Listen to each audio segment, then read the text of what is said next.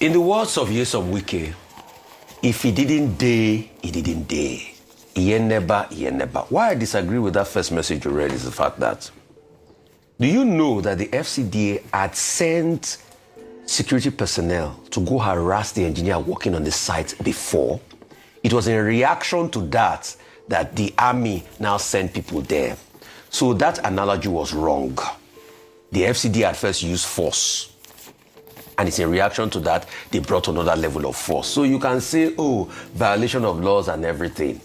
But it is in reaction to that. So both of them, on that score, they are wrong. The second score that is wrong, please, with due respect, how many court orders has Wike himself respected? Of people that he goes ahead, that they have a court paper, and they have an initial agreement, he will turn their pack around and take it. Didn't we talk about the story of those two young girls here? Didn't I challenge the senior advocate of Nigeria, Mr. Falono, about it? How many has he respected? See, let's not deceive ourselves. Wike has acted like a god over the land in Abuja, and he forgets that you're not going to be FCT minister forever. Before you, El Rufai, he did his own. He still left in the end. Why yo? Meaning? Please, be gently. Do it. Speaks evil as well. Do it slowly. All right. The third point is, you now got there. You claim that you have called before. You had called the man superior. Why was that the show? It's because you wanted to intimidate him. But the man refused to be card. Yerima refused to be card. And please, those that are trying to skew narrative, Yerima didn't insult the minister. All right. All he said is, stood his ground. How can you call somebody a fool and you expect him not to talk? The next thing, you are a boy. Just like one minister was calling me a boy the other day, small boy. The next thing, I was already after I finished school before. Is that the bone of contention? All right. Please, like I said, the Hadiza Bala Usman's index should be released to the public so that we even have a ministerial code and screening. All right. We can't just have all sorts of things happen like this now. All right. So some people have described this show of, I don't know what to call it. I'm trying to remove the word show of shame, but I don't think there's anything more elevated, anything better to call it. Yes. It's a show of shame, and it's quite unfortunate that this has happened, but it gives us an opportunity to see what happens. This is impunity versus impunity, because if you look at it objectively, both sides, and as reflected by the tweets or the X post you read out, are, they come under questioning. Number one is that when you speak to many quarters, this issue could have been resolved amicably without this show of shame and show of force and show of whose power is higher than the other power. What were the options available to the FCT minister? On arriving there, the easiest thing is that when matters like this happen, you go to court. As they always ask, that this could have been resolved using, and this is where we talk about the respect of the rule of law. But guess what? We don't have the respect for rule of law and institutions. Hence, we take matters into our own hands, and then we have a state of anarchy. And that's what ensued yesterday. Very unfortunate incident. A state of anarchy where Nigerians then resort to taking matters into their own hands. So what does this mean? Does it mean that the response to FCT Minister Wike's going around revoking land is to get military on your land so that you will not be able to enter? That's a state of anarchy, whereby people take matters into their own law and they don't respect the rule of law.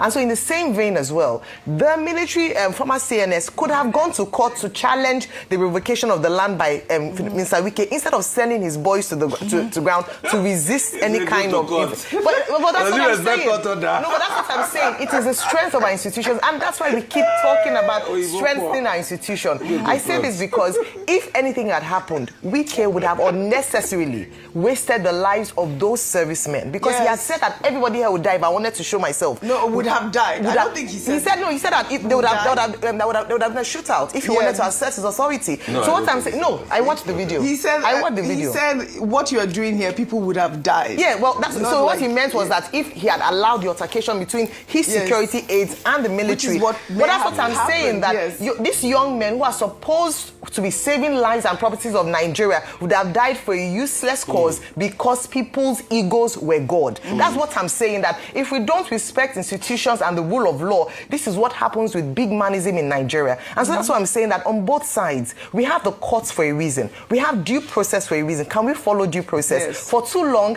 people take matters into their own hands, and we have, powerful people just flouting the laws for no reason. I applaud the commission, the uniformed officer. Yeah. According to a military man, no commissioned officer would take that insult to his person lying low. And so he spoke with dignity, he spoke with respect, and he stood his ground based on orders. We're yet to Quickly on Nyesom Wike, I know I said just one sentence. My one sentence is that what struck me and what hurt me, OG, is that we are seeing optics of civilian versus military in 2025, when we've just come from threats or reports or rumors, whatever you want to call it, of a military coup.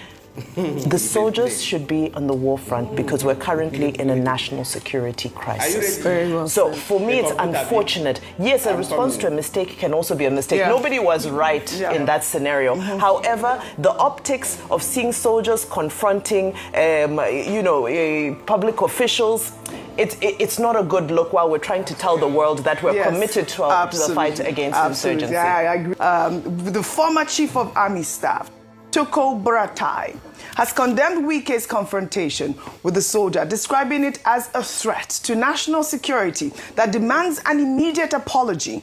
In a strongly worded release, the former army chief said Wike's public disparagement of the uniformed officer transcends mere misconduct and represent a palpable threat to institutional integrity. Well, let's take that statement right now. Can we pull up that statement? It says, a minister's verbal assault on a military officer in uniform is an act of profound indiscipline that strikes at the core of our nation's command and control structure. It deliberately undermines the chain of command, disrespects the authority of the commander-in-chief, and grievously wounds the morale of every individual who serves under the Nigerian flag. Buratai argued that such actions erode the foundation of discipline upon which Nigeria's national security apparatus stands. He dismissed suggestions that the incident was political theater, calling it instead a reckless endangerment of national order and a clear indication of undermining the federal government's authority. The former army chief demanded that Wike immediately issue an apology to President Bola Ahmed Tinubu as commander-in-chief of the armed forces and to the officer whose honor was violated. He insisted that the nation's security must come first and called for decisive action rather than politics of military bashing.